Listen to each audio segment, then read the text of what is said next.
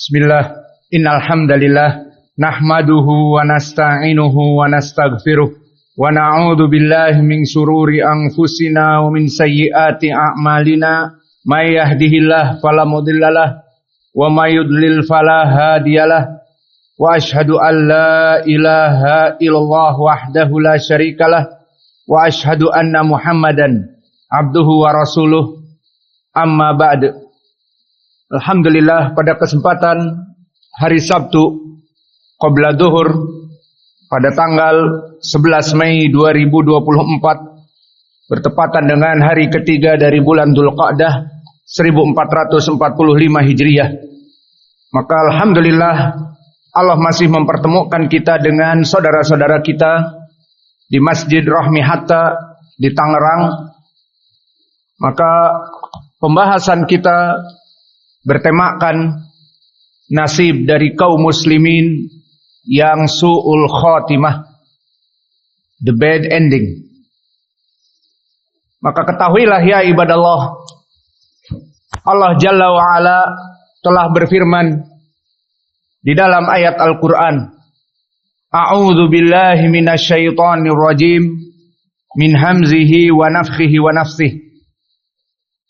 Inna Allah la yaghfiru an yushraka bihi wa yaghfiru ma duna dzalika liman yasha. Wa man yushrik billahi faqad iftara isman azima. Maka ini qiraah dari Hafiz an Asim. Adapun di sana qiraah yang lain seperti qiraah Abu Amr Al-Basri dan Al-Kisai, maka di akhirnya berbeda. Wa may yusyrik billahi faqad iftari itsman azima. Dan begitupun dari qiraah yang lain, qiraah Wars an-Nafi' juga berbeda di akhirnya. Wa may yusyrik billahi faqad iftara isman azima. Maka makna dari ayat ini barakallahu fikum, innallaha la yaghfiru ayyushraka bihi. Bahwa sungguhnya Allah doesn't forgive polytheism, tidak akan pernah mengampuni dosa-dosa orang yang mati dalam keadaan polytheism, dalam keadaan kesyirikan. Wa yaghfiru ma duna dzalika liman yasha. Maka Allah masih mengampuni dosa-dosa orang-orang yang mati dari kaum muslimin dan dalam keadaan dosa besar selain dari kesyirikan. Wa may yusyrik billah, maka barang siapa yang berbuat kesyirikan kepada Allah, faqad iftara itsman azima, maka dia telah melaksanakan kedustaan dalam peribadatan yang merupakan kedustaan yang sangat besar. Maka ayat yang kami sebutkan ini adalah ayat yang agung dari surat An-Nisa. Dan keagungan ayat ini, dulu as-sahabah yakni Abdullah ibnu Mas'ud sangat mencintai ayat ini. This great verse was much loved by the sahabah Abdullah ibnu Mas'ud. Bahwa ayat ini dulu sangat dicintai oleh Abdullah ibnu Mas'ud, yang mana telah datang athar diriwayatkan oleh Imam Abdul Razzaq dari Ma'mar an rajulin an ibnu Mas'ud. Dan di sini sanadnya tentunya dhaif karena disebutkan rajulin, rajul yang mubham, tidak diketahui unknown siapa di sini. Namun telah disambung diriwayatkan oleh Imam Al-Hakim dari Mis'ar ibni Kidam, dari Ma'an ibni Abdurrahman, dari bapaknya dari Abdurrahman ibni Auf, dari Abdurrahman ibni Abdullah ibni Mas'ud, dari Abdullah ibni Mas'ud. Maka di sini sanadnya menjadi sahih karena Ma'an ibni Abdurrahman thiqah dan bapaknya Abdurrahman ibni Mas'ud thiqah, dan dia mendengar dari bapaknya Abdullah ibni Mas'ud, sehingga sanadnya sahih kepada Abdullah ibni Mas'ud. Maka disebutkan di dalam athar ini bahwa Ibnu Mas'ud berkata, ayah fi suratin nisa ahabbu minad dunya wa ma fiha. Ayat di dalam surat An-Nisa yang aku lebih mencintai daripada dunia dan seisinya, maka dia adalah ayat di dalam surat An-Nisa ini. Innallaha la yaghfiru ayyushraka bihi wa yaghfiru ma duna dzalika liman yasha. Bahwa sungguhnya Allah tidak akan pernah memberi ampunan kepada orang-orang yang mati dalam keadaan kesyirikan, dan Allah masih mengampuni orang-orang yang mati dalam keadaan dosa besar selain kesyirikan. Dan barang siapa yang melaksanakan kesyirikan telah melaksanakan dosa yang paling besar di sisi Allah. Maka ayat ini tadi kami sebutkan Ibnu Mas'ud radhiyallahu anhu sangat mencintainya, dan dia katakan ayat ini lebih aku cintai daripada dunia dan seisinya. Maka kandungan dari ayat ini tadi kami sebutkan, ayat ini ayat yang penuh rahmat dari Allah, di mana Allah masih mengampuni dosa-dosa selain syirik, dan ayat yang sangat tegas dari Allah kepada mereka orang-orang yang mati dalam keadaan kesyirikan, maka never forgiven, tidak ada ampunan, maka dia akan forever in hell, kekal di api neraka. Maka kita ambil faedah dari ayat ini, so we take beneficial from this ayah. The first, maka yang pertama, di dalam ayat ini disebutkan bahwa dosa itu terbagi menjadi dua. Sins is two types.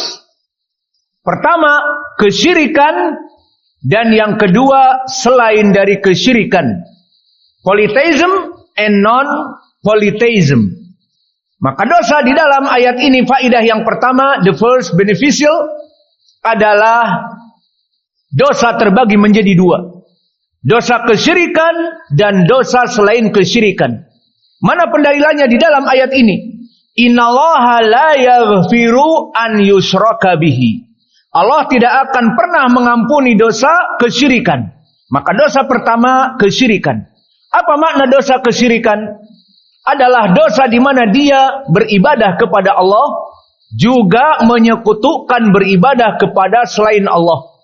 Dia beribadah kepada Allah dan juga melaksanakan peribadatan kepada selain Allah. Maka ini dari kesyirikan. Maka di dalam ayat ini disebutkan, innallaha la yaghfiru an yushraka bihi. Allah tidak akan pernah mengampuni dosa-dosa orang yang melaksanakan kesyirikan. Ini jenis dosa yang pertama. Wa yaghfiru ma duna dzalika liman yasha, dan Allah masih mengampuni bagi mereka orang-orang yang mati dalam keadaan selain dari kesyirikan, maknanya mati dalam keadaan dosa-dosa yang besar yang bukan syirik. Maka di sini pendalilan bahwa the sins is two type, polytheism and not polytheism. Bahwa dosa itu terbagi menjadi dua, dosa kesyirikan dan yang kedua dosa selain dari kesyirikan. And the second beneficial, yang kedua, faedah yang bisa kita ambil from this ayah, dari ayat ini, adalah hukum syirik. Apa hukum dari kesyirikan? Min a'zami dzunub. So polytheism is one of the greatest sin. Bahwa polytheism, kesyirikan adalah dosa yang paling besar di sisi Allah. Maka pendalilannya di dalam ayat ini, di akhir ayat, wa man yusyrik billah faqad iftara itsman azima. Yang dikiraah dari Wars an-Nafi', faqad iftara itsman azima. Maka dosa dari kesyirikan itu adalah itsman azima. Di sisi Allah merupakan dosa yang paling besar. Dan di dalam ayat yang lain, di surat Luqman, ya bunayya la tusyrik billah inna syirka la dzulmun azim. Maka wahai anakku, janganlah kamu melaksanakan kesyirikan kepada Allah, karena kesyirikan kepada Allah itu adalah dosa yang paling besar. Maka dua ayat menyebutkan kesyirikan adalah dosa yang paling besar. And the other dalil di dalam hadis yang muttafaqun alaih dari Abdullah bin Mas'ud, berkata Rasulullah sallallahu alaihi wa ala alihi wasallam di saat ditanya, "Ayudan bin a'zam ya Rasulullah?" Dosa apa yang paling besar ya Rasulullah? Anta ja'ala lillahi niddan wa huwa khalaqak. Anta ja'ala lillahi niddan wa huwa khalaqak. Maka dosa yang paling besar adalah kamu menjadikan tandingan-tandingan untuk Allah, menyembah Allah dan menyembah selain Allah. Seperti orang Nasara, orang Yahud, yang mana orang Yahud menjadikan Uzair anak Allah disembah seperti Allah. Dan begitu pun orang-orang Nasara, maka mereka menjadikan Yesus Kristus sebagai anak Allah dan disembah selain Allah. Maksudnya bagaimana? Mereka melaksanakan sesembahan seperti doa mau tidur, doa mau makan, dan sholat-sholat yang lain. Maka mereka di saat berdoa, mereka jalankan kesyirikan. Diberikan untuk Allah mereka dan untuk anaknya, dan bahkan untuk yang lainnya. Maka jika antum melihat bagaimana orang Nasara di dalam peribadatan, mereka mengetuk kening, kemudian mengetuk dada kanan dan dada kiri. Trinitas or Trinity. Hadhihi syirk. Limada? Di saat dia mengetuk kening, yang atas dikatakan for the Father. Kemudian mengetuk dada kiri and his son. Dan untuk anaknya Jesus Christ. Kemudian dada yang kiri and the soul of the Spirit.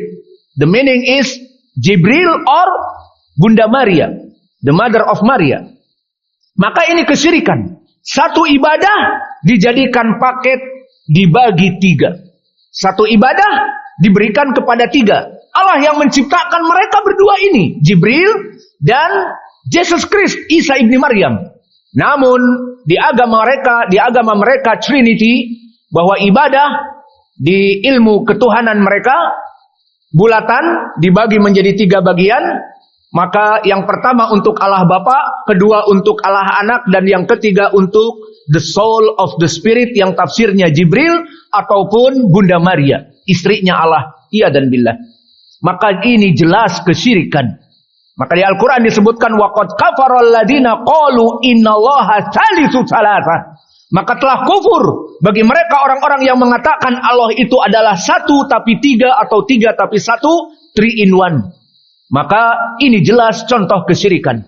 Dan ucapan kesyirikan mereka orang Nasara mengikuti ucapan orang Yahudi tadi. Mereka yang pertama melaksanakan kesyirikan bahwa Uzair anak Allah. Uzair adalah nabi yang datang setelah Musa, namun diangkat oleh mereka, dijadikan keguluan dalam peribadatan bahwa Uzair diangkat Rasul menjadi anak Allah dan disembah. Maka oleh sebab itu Allah berfirman di dalam surat At-Taubah, wa qalatil yahudu Uzairun ibnullah wa qalatin nasara al-masihu ibnullah dzalika qauluhum bi afwahihim yudahiuna qaulal ladina kafaru min qabl. Maknanya berkata orang Yahud, say the Jews, Uzair is the son of Allah, and say the Nasara, Jesus Christ is the son of Allah. Keduanya diibadahi, diberikan hak untuk Allah Bapa, untuk Allah Anak. Ini yang menjadi kesyirikan. Kemudian dikatakan dzalika qauluhum bi afwahihim yudahiuna qaulal ladina kafaru min qabl. Ucapan orang-orang Nasara yang mengatakan Jesus Christ anak Allah itu sama seperti ucapan orang-orang kafir terdahulu, orang Yahud yang mengatakan sebelum mereka Uzair itu anak Allah. Maka kedua kelompok ini, Yahud dan Nasara, masuk kepada kesyirikan. Limada? Kenapa? Why? Dikarenakan menjadikan Uzair nabi dan Jesus Christ nabi, the prophet, menjadi anak Allah dan sama-sama disembah. Maka inilah dari permasalahan di dalam the second beneficial dari ayat ini, bahwa kesyirikan adalah dosa yang paling besar. Dan ayatnya tadi 2 kami berikan, dan 1 hadis Abdullah bin Mas'ud Di saat ditanya ayudan bin a'zam, dikatakan dosa yang paling besar antaj'alallaha niddan wa huwa khalaqak. Dosa yang paling besar adalah dosa bagi orang yang tidak tahu diri, di mana Allah menciptakan kamu, memberikan makan kepada kamu, memberikan kehidupan kepada kamu, menyehatkan kamu, memberikan anak dan istri di dunia ini menjadi jaya raya, namun dia menyembah kepada selain Allah. Antaj'alallaha niddan wa huwa khalaqak. Di mana dosa yang paling besar, kamu menjadikan tandingan untuk Allah, padahal Allah yang menciptakan kamu. And the third beneficial dan keutamaan yang ketiga, man mata wa huwa musyrikun billahi, maka Allah la yaghfiru lahu abadan. Maka the third beneficial, whoever dies in polytheism will never be forgiven by Allah. Will never be forgiven by Allah. Barang siapa yang mati dalam keadaan musyrik, seperti tadi orang Nasoro mati misalnya dalam keadaan dia beribadah untuk Allah dan membaginya untuk Jesus Christ, maka di sini not forgiven, forever in hell, kekal di api neraka, karena Allah tidak akan pernah mau mengampuni. Maka this the third beneficial, ini keutamaan dari ayat atau faidah dari ayat yang ketiga. Barang siapa yang mati dalam keadaan melaksanakan kesyirikan, maka dia tidak akan pernah diampuni oleh Allah. Dan dalilnya di dalam ayat ini, innallaha la yaghfiru an yushraka bihi wa yaghfiru ma duna dzalika liman yasha. Bahwa sungguhnya Allah tidak akan pernah mengampuni dosa-dosa orang yang mati dalam keadaan kesyirikan. Dan yang terakhir, the fourth beneficial, keutamaan yang keempat ataupun faidah yang keempat yang bisa kita ambil di dalam ayat ini, man mata wa huwa la yusyriku billahi syai'a walakin mata ala su'il khatimah. Maka di sini masuklah kepada pendalilan dari tema yang kita bahas. Man mata ala ghairi syirk wa huwa su'ul khatimah, maka nasibnya tahta masyiatillah. Whoever dies other than polytheism and has a bad ending, su'ul khatimah, bad ending, maka gambarannya seorang muslim, orang yang mati tidak melaksanakan kesyirikan, seorang muslim, namun bad ending, su'ul khatimah. Muslim tidak mensyirikan Allah, namun mati di atas ranjang dengan perempuan malam, dengan kupu-kupu malam. Atau bad ending, seorang bankir yang mana dia menandatangani di saat mencekek leher kaum muslimin yang meminjam uang ke bank, meminjam 100 juta, ditandatangani hanya menerima 80 juta, 20 juta untuk administrasi, namun dibayar dalam waktu bertahun-tahun, 2 tahun, 3 tahun dan seterusnya.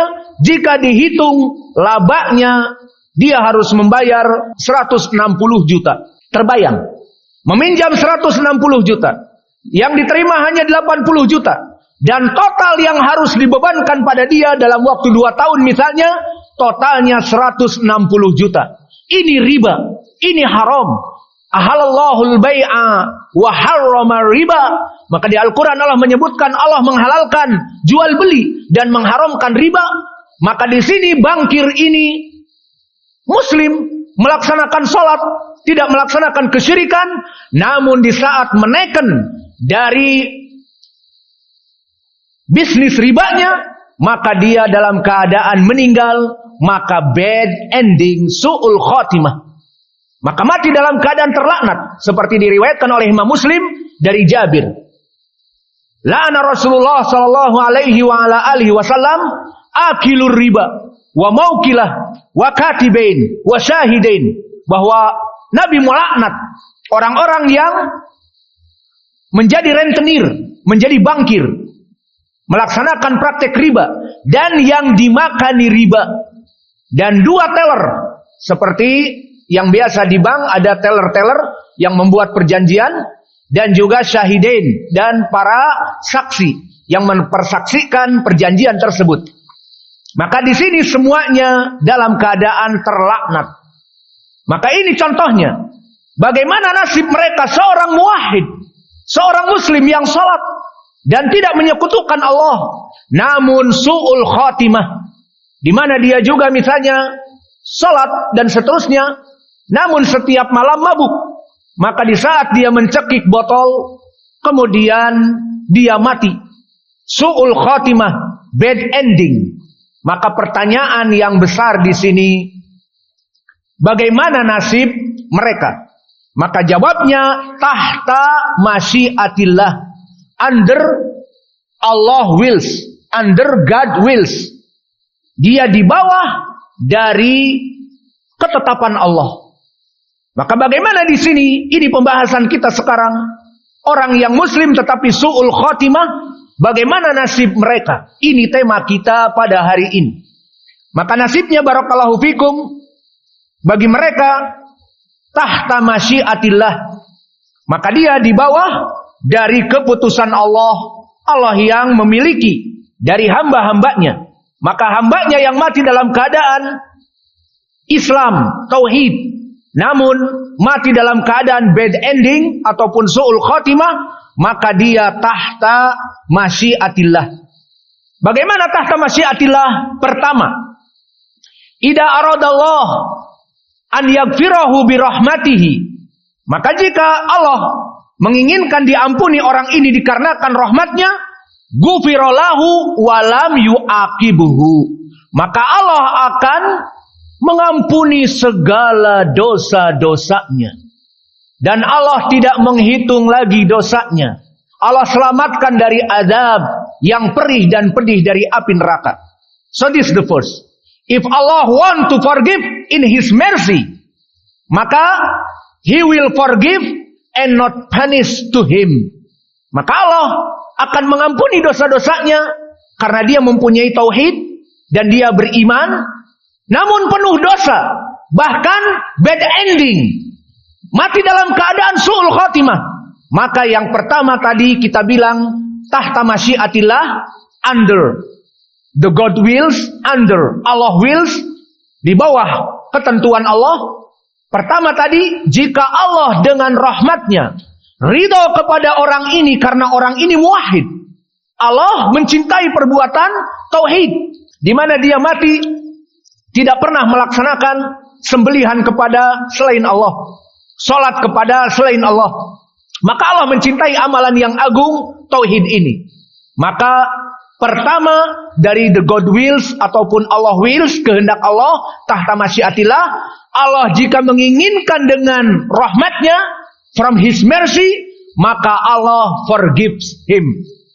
Allah memberikan ampunan kepadanya. Lalu apa kalau diampuni? Allah tidak akan mengiqabnya. Mana dalilnya? Di Al-Quran dari ayat yang kita bahas tadi. Di mana disebutkan wa yaghfiru ma duna dzalika liman yasha. Dan Allah masih mengampuni bagi mereka orang-orang yang mati dalam keadaan tidak melaksanakan kesyirikan. Maka ini jelas ayatnya. Allah masih mengampuni. Maka ini ayat menjadi pendalilan rahmat Allah yang maha luas. Maka tadi Ibnu Mas'ud mengatakan, ayat di dalam Al-Quran yang aku lebih mencintai daripada aku diberikan dunia dan seisinya. Aku lebih mencintai ayat ini. Apa? Ketegasan Allah, innallaha la yaghfiru an yushraka bihi. Ketegasan Allah bagi orang yang polytheism, no forgiveness. Tidak ada ampunan, tegas. Forever in hell, kekal di api neraka. Dan yang kedua, rahmat Allah yang maha luas. Apa? Wa yaghfiru ma duna dzalika liman yasha. Allah forgives them when they have tauhid. With His mercy, Allah not punish him. Dengan penuh rahmatnya Allah ampuni dosanya dan tidak diiqab. Maka ayat ini padanya dua perkara yang agung yang menyebabkan Abdullah ibnu Mas'ud mencintainya, lebih dia cintai daripada diberikan dunia dan seisinya. Apa itu? Ketegasan Allah bagi orang-orang yang musyrik, forever in hell. Dan maha luas rahmat Allah bagi orang-orang muslim muwahhid, bisa jadi diampuni dosa-dosanya meskipun the big sinner, pendosa besar, mati dalam keadaan memakan riba, mati dalam keadaan mencekek botol, mati dalam keadaan menghirup marijuana. Maka di sini mereka dalam keadaan su'ul khotimah. Namun Allah forgiven. Maka ini tahta masyiatillah, dalilnya di Al-Quran tadi. Dan dalilnya juga di dalam hadis yang diriwayatkan oleh Imam Muslim dari Abi Dzar, "Waman lakini bikurabil ardi khotoya walam yusriku billahi syai'a ataituhu bikurabiha magfiratan ataituhu bikurabiha magfiratan." Lihat bagaimana rahmat Allah.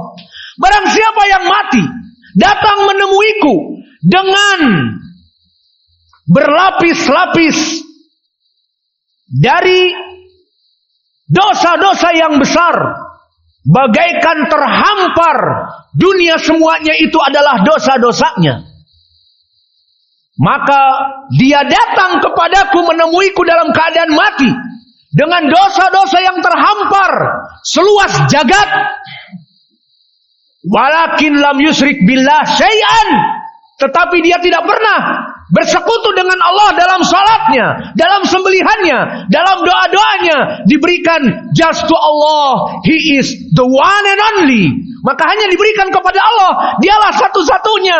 Maka datang dengan dosa-dosa yang banyak, aku menjanjikan akan datang menemuinya dengan lautan daripada dosa-dosa, dan aku berikan kepada orang ini yang mati dalam keadaan tauhid, ini dosa-dosamu yang banyak dan ini ampunanku yang banyak pula. Subhanallah, keagungan Allah kepada orang yang meninggal dalam keadaan tauhid. Maka bersyukurlah kita kepada Allah, di mana Allah menjadikan kita seorang muslim. Allah menjadikan kita beribadah hanya kepadanya saja.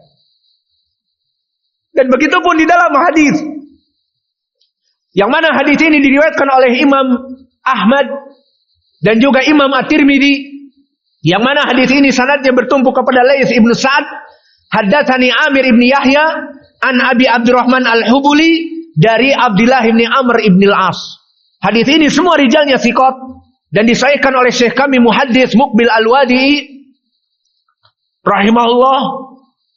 Maka disebutkan di dalam hadis ini, innallaha yajma'al khalq yaumal qiyamah.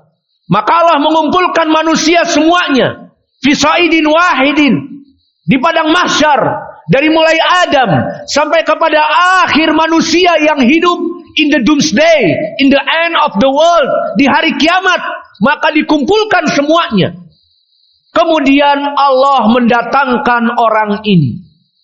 Yu'ta birajulin, didatangkan seorang dohirnya muslim, dohirnya muwahhid, tidak pernah melaksanakan kesyirikan kepada Allah. Maka kemudian orang ini lahu dzunub, mempunyai dosa-dosa yang besar yang banyak. Walahu tis'u wa tis'ina sijillat wa fi kulli sijilin madda basarin, maka dia mempunyai 99 gulungan catatan dari amalan-amalan buruknya. Dicatat pada 99 gulungan, tidak hanya satu kitab, 99 gulungan yang jika dibuka gulungan itu madda basarin, sejauh mata memandang satu gulungan, masih ada 98 gulungan yang lain. The point is, orang ini the big sinner, pendosa besar, mempunyai 99 gulungan, tercatat padanya semuanya dosa. Yang satu gulungan saja jika dibuka, maka sejauh mata memandang sampai kepada titik cakrawala dosa-dosanya itu tertulis. Maka orang ini dalam keadaan putus asa. Kemudian Allah Jalla wa'ala menanyakannya amamal mala, menanyakan di depan seluruh manusia. Maka apa yang dikatakan? Hal dolamaka kitabai, Apakah telah mendolimi kamu dua malaikat yang menulis? Dikatakan, la ya Rabb, tidak wahai Allah, ini dosa-dosa hasil karyaku, bukan dari kedoliman malaikat yang mencatat dari dosa-dosa yang salah. Taib. Hal hadihi dunub i'taraftaha, maka apakah dosa-dosa ini kamu mengakuinya ini adalah hasil karya kamu? Dikatakan, na'am ya Rabb. Maka jelas mengakui dari dosa-dosanya, dan bukan melemparkan kambing hitam kepada malaikat yang salah catat. Maka kemudian Allah menanyakan lagi yang ketiga, dan di sini dia menjerit dalam keadaan putus asa.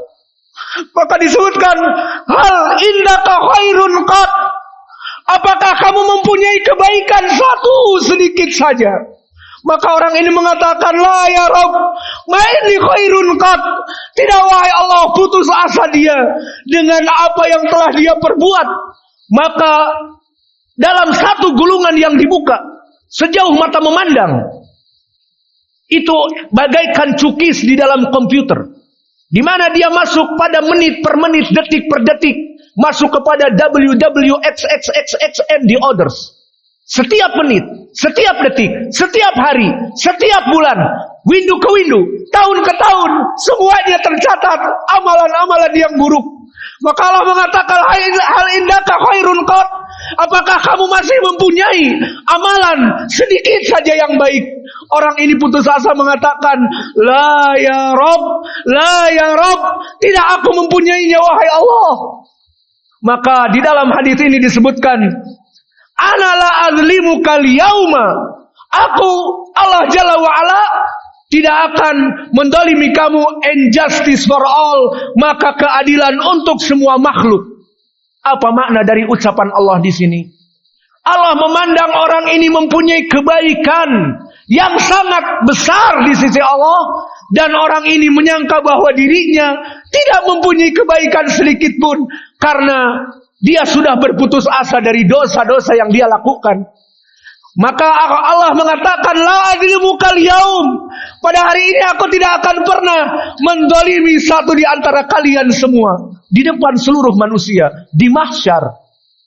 Maka akhirnya akhadha Rabbuna Jalla wa Ala min qalbihi bitaqah la ilaha illallah. Maka bitaqah la ilaha illallah, di sini pendalilan isbat bitaqah la ilaha illallah, the tauhid cards, yang mana bitaqah ini diberikan untuk mereka orang-orang muwahhidin. Dan bitaqah ini diberikan sebagai pendalilan bahwa dia tidak pernah dulu mensyirikkan dalam peribadatan kepada Allah. Ini keagungan yang besar di sisi Allah.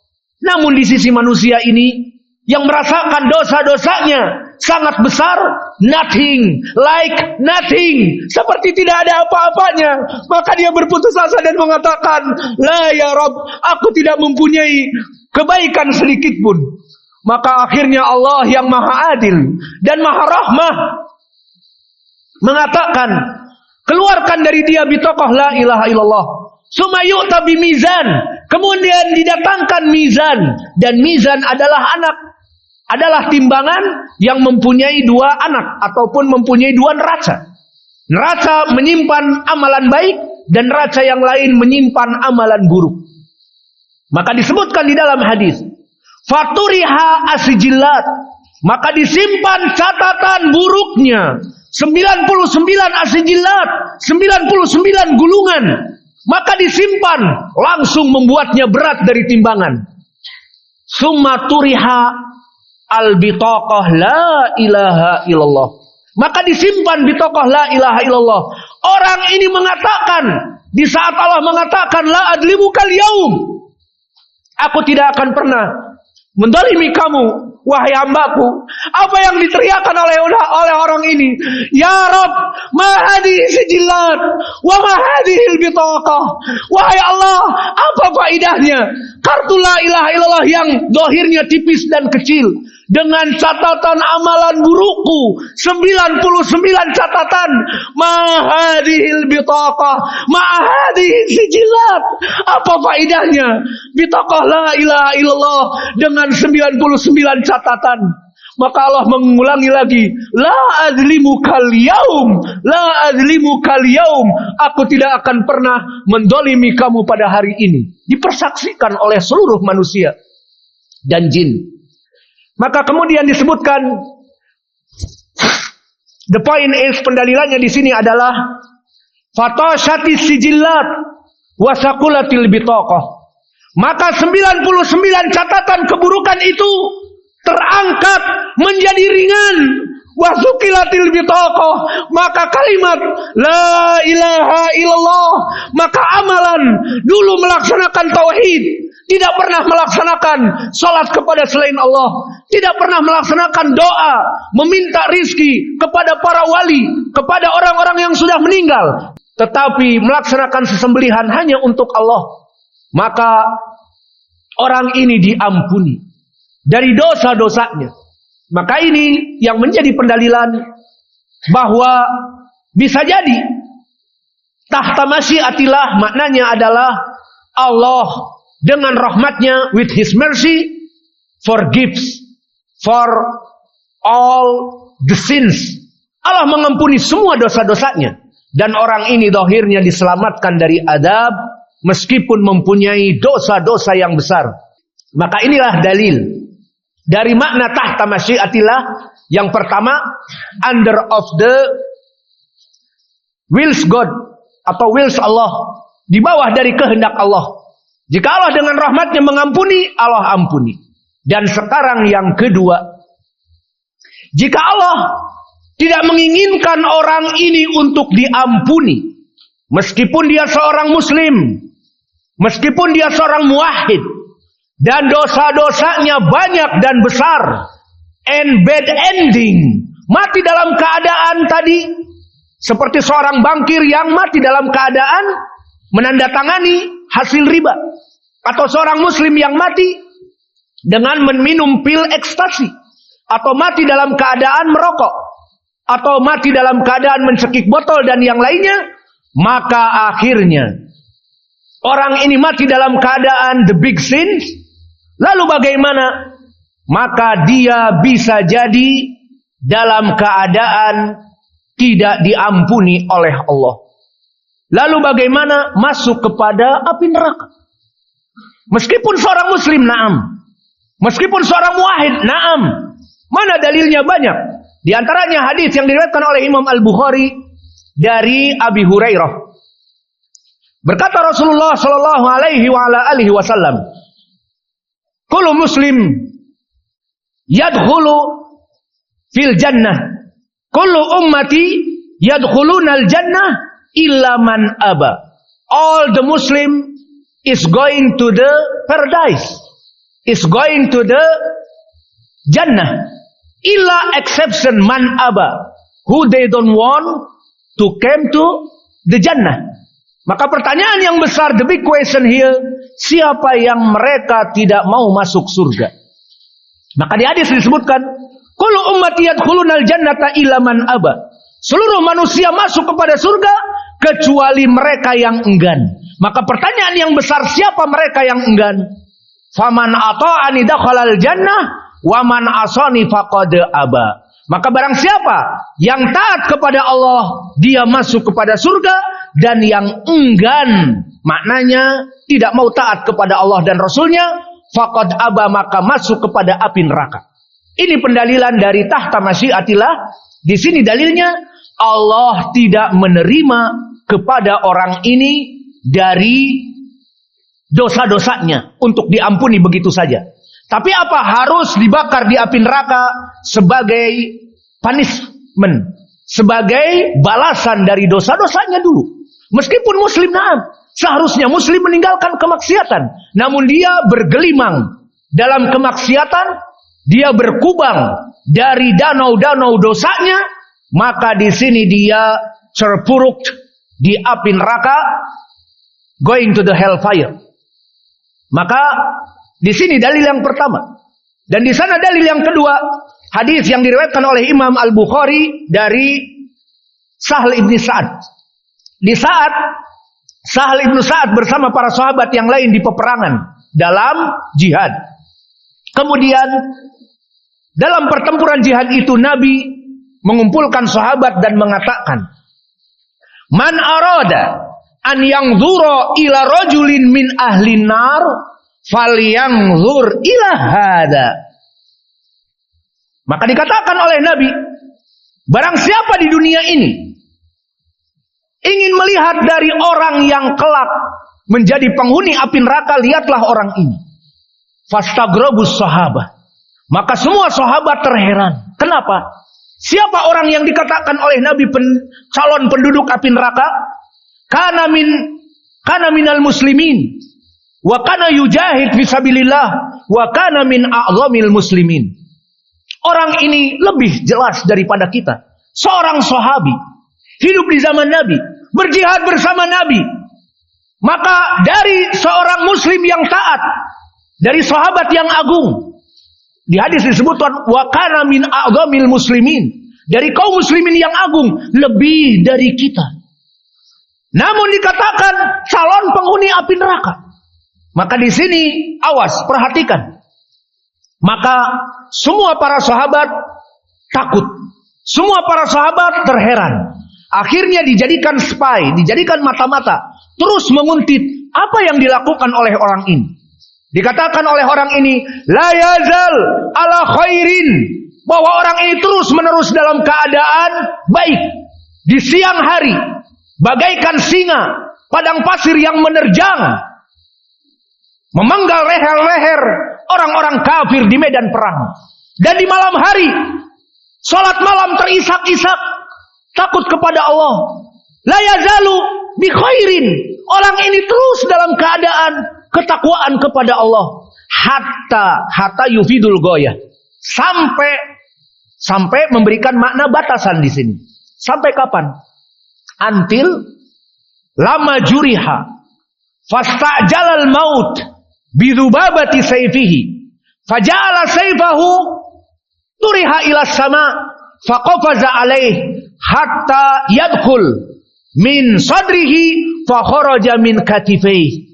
Maka orang ini terus menerus dalam keadaan ketaatan kecuali terjadi perang dahsyat dan dia terkena tusukan dan tikaman yang bertubi-tubi, sudah ajalnya.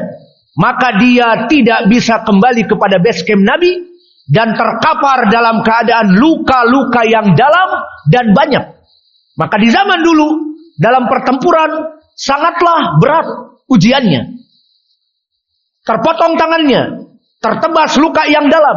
Adapun di zaman now mungkin dengan AK-47 automatic Kalashnikov, blam, headshot, langsung mati. Tetapi di zaman dulu tertikam, tertusuk, terbelah tangan, terbelah dada, dan belum mati. Tapi di zaman now langsung headshot, dengan sniper selesai. Ataupun dengan bom, granat, maka selesai. Maka di sini orang ini tidak sabar. This the point. The man is not be patient. Dengan luka yang ada, tidak sabar. Kemudian fasta jalal maut, bunuh diri dengan pedangnya. Maka pedangnya diarahkan ke langit, ditancapkan ke tanah, dan dia melompat kepada pedangnya. Maka dia masuk kepada pedangnya, keluar sampai belikatnya di alah kiri, maka menghantam jantungnya. Maka orang ini mati dalam keadaan bunuh diri, suicidal. Maka setelah itu dikabarkanlah Nabi tentang kejadian orang ini. Ya Rasulullah, qad sadaqt, telah benar engkau ya Rasulullah. Apa gerangan yang terjadi tentang orang yang kamu kabarkan penduduk api neraka? Maka dikhabarkan. Maka Nabi mengatakan, innamal a'malu bi khawatimiha, innamal a'malu bi khawatimiha, bahwa sungguhnya penyebab muara dari seseorang masuk kepada surga dan masuk kepada api neraka is the last destination, akhir dari ujung hayatnya. Jika dia ujung hayatnya berbuat baik, husnul khatimah, to the paradise. Jika dia dalam keadaan su'ul khatimah, bad ending, to the hellfire. Maka di sini dinamakan dengan al-ibrah di ujungnya. The last destination. Al-amalu bi khawatimiha. Maka dia masuk surga atau neraka dari amalan yang akhirnya. Di amalan akhir dia bunuh diri, dosa besar dan su'ul khatimah, maka orang ini masuk neraka.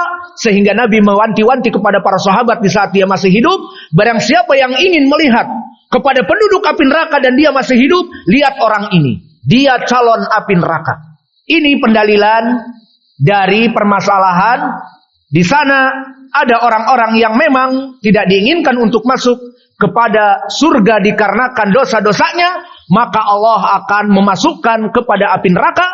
Dan begitupun di dalam hadis Ibnu Mas'ud yang muttafaqun alaih disebutkan, innal abda la ya'malu bi amali ahlil jannah wa huwa maktubun min ahlin nar falamma kana qabla mautihi tahawwala bi amali ahlin nar famata ala dzalik fadakhalan nar.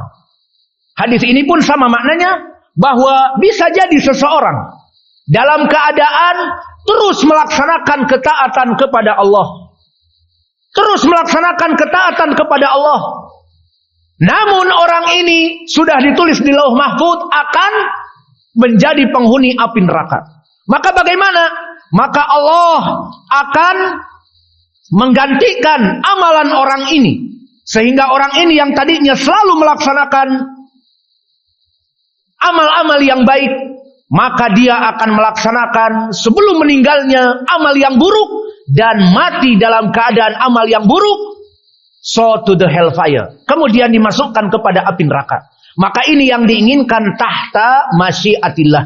Maka selesai dari pelajaran kita, namun kita berikan faedah terakhir di sini. Lalu bagi orang yang muslim yang su'ul khatimah tadi, yang tahta masyiatillah, yang oleh Allah misalnya tidak ridho kecuali diadab, diiqab di api neraka, the big question here, apakah in the hellfire, forever in hell? Apakah dia kekal di api neraka atau di api neraka hanya sementara? Maka jawabnya, karena dia seorang muslim, maka dia masuk api neraka hanya sementara. Karena dia mempunyai tauhid dan dia mempunyai amalan-amalan ibadah yang lain, namun dia banyak dosanya, Allah memasukkan kepada api neraka sesuai dengan keburukannya. Maka kalau begitu, bagaimana keadaan orang ini? Maka orang ini, barakallahu fikum, akan dimasukkan api neraka, namun akan dikeluarkan menjadi keluar dari surga dengan apa? Dengan syafaah. Maka yu'aqibuhu finnar, orang yang Allah tidak ridho tadi akan dimasukkan kepada api neraka, walakin lam yakhlud fiha wa yukhrijuna bisyafaah. Maka Allah akan mengeluarkan orang ini dengan intercession, asy-syafaah. Mana pendalilannya bahwa Allah akan mengeluarkan dengan asy-syafaah? Dan siapa yang memberikan syafaah? Yang memberikan syafaah macam-macam. Pertama dari jenisnya manusia, sesama manusia. Dan yang kedua bisa jadi al-anbiya, bisa jadi nabi yang memberikan syafaat kepada umatnya. Dan yang ketiga al-malaikah. Dan yang keempat bahkan Allah Jalla wa'ala sendiri yang akan mengeluarkan orang-orang muslim, pendosa-pendosa besar ini. Maka mana dalilnya? Kita berikan dalil yang pertama, kaum muslimin, sesama kaum muslimin akan memberikan syafaat, intercession kepada kaum muslimin yang lain. Maka di sini keutamaan kita berukhuwah al-islamiyah, Islamiyah brotherhood, this the general bersifat umum, ataupun khususnya salafiyah, al-ukhuwah as-salafiyah ataupun salafiyah brotherhood. Maka keutamaannya di sini persaudaraan kita karena Allah akan membuat kita mendapatkan syafaat dan akan bisa memberikan syafaat kepada kaum muslimin yang lain. Hadis yang diriwayatkan oleh Imam Muslim dari Abi Sa'idin Al-Khudri, di mana Nabi Muhammad sallallahu alaihi wasallam bersabda, "Innakum asyadda", bahwa di antara kalian akan menjadi paling keras pembelaannya kepada kaum muslimin, kepada Allah, bahwa kalian kaum muslimin, pembelaan kalian kepada kaum muslimin yang lain akan keras kepada Allah. Maksudnya, di saat mereka orang-orang muslim yang diselamatkan oleh Allah masuk kepada surga langsung, maka mereka akan melihat kepada teman-temannya yang dimasukkan dulu kepada api neraka. Maka mereka mengadu kepada Allah, ya Rabbana, haula kanu yusalluna ma'ana. Ya Rabbana, haula kanu yasumuna ma'ana. Ya Rabbana, haula kanu yahujjuna ma'ana. Maka disebutkan oleh Nabi, kalian kaum muslimin, kalian akan sangat keras pembelaan kalian, pengaduan kalian kepada Allah dari saudara-saudara kalian yang terjegal untuk masuk surga langsung, terhambat masuk api neraka dahulu, maka kalian akan mengadu kepada Allah. Apa yang diadukan tadi? Ya Rabbana, wahai Rabb kami, orang ini dulu salat bersama kami. Ya Rabbana, orang ini dulu berpuasa bersama kami. Ya Rabbana, orang ini dulu melaksanakan haji wal umroh bersama kami. Ya Rabbana, orang ini dulu belajar bersama di masjid ini atau di Yaman. Ya Rabbana, orang ini sama dulu berdakwah untukmu, memperjuangkan agamamu. Walimada huwa finnar wa ana fil jannah. Maka bagaimana engkau menyelamatkan aku masuk kepada surga langsung, dan dia terhambat masuk api neraka dahulu? Maka inilah pengaduan dari muslim kepada muslim yang lainnya. Dia tidak mengetahui bagaimana malam-malamnya dia berbuat dosa kepada Allah. Allah yang mengetahui keadaan dosa orang ini. Namun dia melihat kepada zahir. Orang ini dulu belajar bersama kami. Orang ini dulu berdakwah bersama. Orang ini dulu melaksanakan sholat dan puasa dan haji bersama. Kenapa engkau masukkan dia ke api neraka dan aku masuk surga langsung? Apa rahmat Allah di sini? Diberikanlah syafaat. Idan akhrijuhum. Kalau begitu keluarkan oleh kamu. Maka orang ini diperintah masuk kepada surga. Akhriju man araftum. Keluarkan dari orang-orang yang kamu lihat, kamu ketahui. Pertanyaan yang besar, the big question. Bagaimana orang ini masuk dan bisa melihat saudara-saudaranya yang ada di api neraka?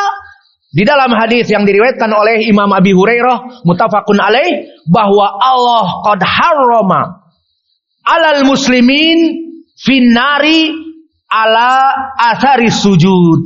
Bahwa Allah telah mengharamkan bagi muslim yang diadab di api neraka, alat-alat sujudnya itu tidak dimakan api neraka, terutama wajah tempat kita sujud. Maka wajahnya terlihat.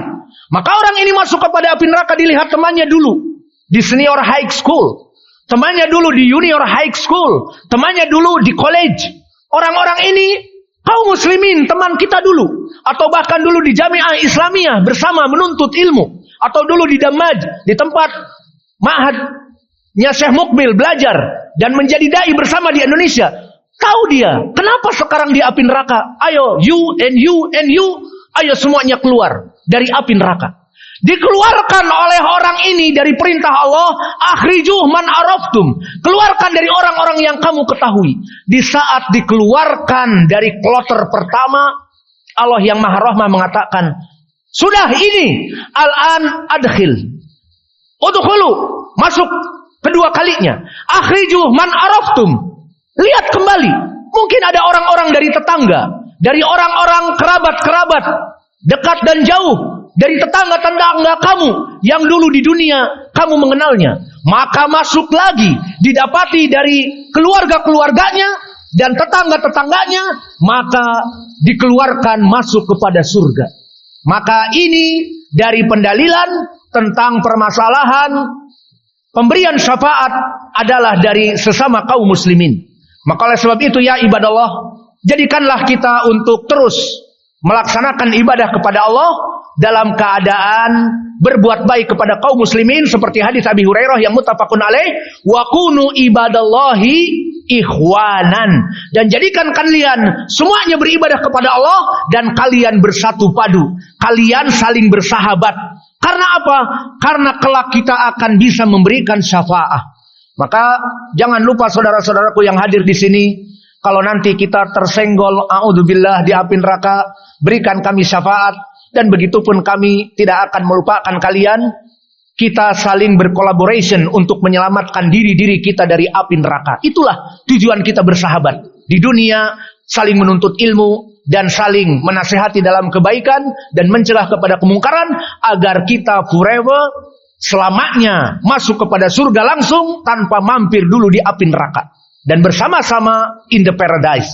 Dan dari sinilah kita mengetahui bahwa manusia memberikan syafaat, intercession, dan tadi kami sebutkan bahkan malaikat dan bahkan para nabi dan bahkan Allah itu sendiri akan memberikan syafaat.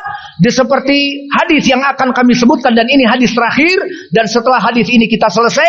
Hadis yang diriwayatkan oleh Imam Al-Bukhari dan Muslim dari Abi Sa'id Al-Khudri, dikatakan oleh Allah, qad syafa'a al-muslimun wa syafa'a an-nabiyun wa syafa'at al-malaikah fabaqiya ana rabbul izzah. Maka telah memberikan syafaat manusia kepada manusia, dan memberikan syafaat para nabi kepada umatnya, dan memberikan syafaat malaikat kepada manusia, kaum muslimin. Tinggal aku Allah yang maha agung, yang tidak ada tandingannya, nothing compares dengan hamba-hambanya. Aku akan memberikan syafaat dari diriku sendiri. Jadi Allah pun memberikan syafaat. Untuk siapa? Kaum muslimin yang pendosa-pendosa besar. Maka apa yang dilakukan oleh Allah? Yakbidullahu nar. Maka Allah mengguncang api neraka. Fayukhrajun man kana fi qalbihi mithqala dzarratin min iman. Maka akan keluar setelah diguncangkan api neraka orang-orang muslimin yang tidak pernah melaksanakan kesyirikan, namun dohirnya tidak pernah melaksanakan kebaikan dan dipenuhi dengan dosa-dosa. Kehidupannya dulu muwahhid, tidak pernah melaksanakan kesyirikan dan sholat dohirnya, karena kalau tidak sholat kafir, keluar dari Islam. Namun siang malam berkubang di dalam kolam-kolam dari dosa-dosanya. Maka orang ini dikeluarkan oleh Allah dari surga dan mereka banyak. Kemudian orang ini yugsalu fi nahril hayah, dimandikan di air kehidupan di surga yang sudah gosong, sudah hitam legam. Yugsalu min nahril hayah, disiram oleh air kehidupan, fatambutu kama tambutul habbah fi janibis sail, maka dia akan lahir kembali bermetamorfosis seperti kacang biji-bijian yang tumbuh menjadi tanaman yang baru. Maka dia dari hitam legam menjadi manusia wujud yang baik kembali. Kemudian diberikan oleh Allah tanda, di hadis disebutkan di lehernya bahwa mereka adalah orang-orang yang diberikan syafaat oleh Allah, dinamakan dengan Utoko Ar-Rahman, orang-orang pembebasan dari Allah. Maka diperintahkan masuk surga. Udkhulu ilal jannah al-an. Maka mereka bergerombol masuk kepada surga. Maka orang-orang ahli surga yang sudah masuk duluan mengatakan, haula utoko ar-Rahman, haula utoko ar-Rahman. Mereka adalah orang-orang yang dibebaskan dari budak-budak Allah yang dulu di api neraka dan Allah bebaskan. Maka inilah yang bisa kita berikan dari pelajaran hari ini. Maka kita mungkin sebelum kita tutup, kita berikan resum, kita berikan conclusion, kita berikan intisari, kita berikan khulasah. Apa pelajaran yang bisa kita ambil? Pelajaran yang bisa kita ambil adalah nasib bagi mereka orang-orang yang mati dalam keadaan su'ul khotimah. Maka mereka orang-orang muslim yang mati dalam keadaan su'ul khotimah, pertama, jika meninggal tanpa melaksanakan dosa kesyirikan, pertama, tahta masyiatillah, dia jika Allah ridho kepadanya dengan tauhidnya, Allah akan mengampuni dengan rahmatnya dari dosa-dosanya dan tidak diiqab. Habis perkara, dia masuk surga. Dan yang kedua, jika Allah tidak ridho, meskipun ahlu tauhid, ahlu salah, namun dosanya Allah tidak ridho. Meskipun dosanya tidak sebanyak dari dosa tadi yang mempunyai 99 sijilat, namun Allah tetap tidak ridho, maka tahta masyiatillah Allah masukkan kepada api neraka. Dan Allah masukkan kepada api neraka di sini apakah forever in hell? Tidak. Sementara. Kemudian setelah itu Allah bebaskan dengan beragam syafaah. Baik syafaah dari manusia sesama kaum muslimin, teman-temannya, kerabatnya, anak-anaknya, bapaknya, dan seterusnya. Ataupun dari manusia jenis nabi. Maknanya Nabi Muhammad, nabinya dia. Ketiga dari jenis malaikat. Dan keempat bahkan Allah sebagai utaqa ar-Rahman. Mereka sebagai orang-orang yang dibebaskan oleh Allah dari api neraka karena tidak mempunyai amalan yang baik sedikit pun kecuali dari imannya saja. Maka inilah kesimpulan tahta masyiatillah. Maka nasib orang-orang yang mati su'ul khotimah tergantung kepada Allah. Jangan di antara kita jika mendengar ada muslim yang kita tahu sering sholat berjamaah dengan kita, kemudian qadarullah dia mati di bar, qadarullah dia mati mencekik botol, qadarullah dia mati menjadi ahli ekstasi dari pil-pil ekstasien, maka awas jangan ada yang mengatakan di api neraka. Lah, karena apa? Tahta masyiatillah. Kecuali jika memang dia seorang kafir musyrik dan mati dalam keadaan kekufuran dan kesyirikannya jelas, maka di sini pun kita tidak mengatakan dia penghuni api neraka, tidak. Namun di sini seorang muslim lebih lagi. Jangan dikatakan dia penghuni api neraka dan seterusnya. Maka inilah yang bisa kita berikan. Wa naktafi ilahuna wa jazakumullahu khaira wa barakallahu fi ilmikum. Subhanakallahumma bihamdika asyhadu an la ilaha illa anta astaghfiruka wa atubu ilaik.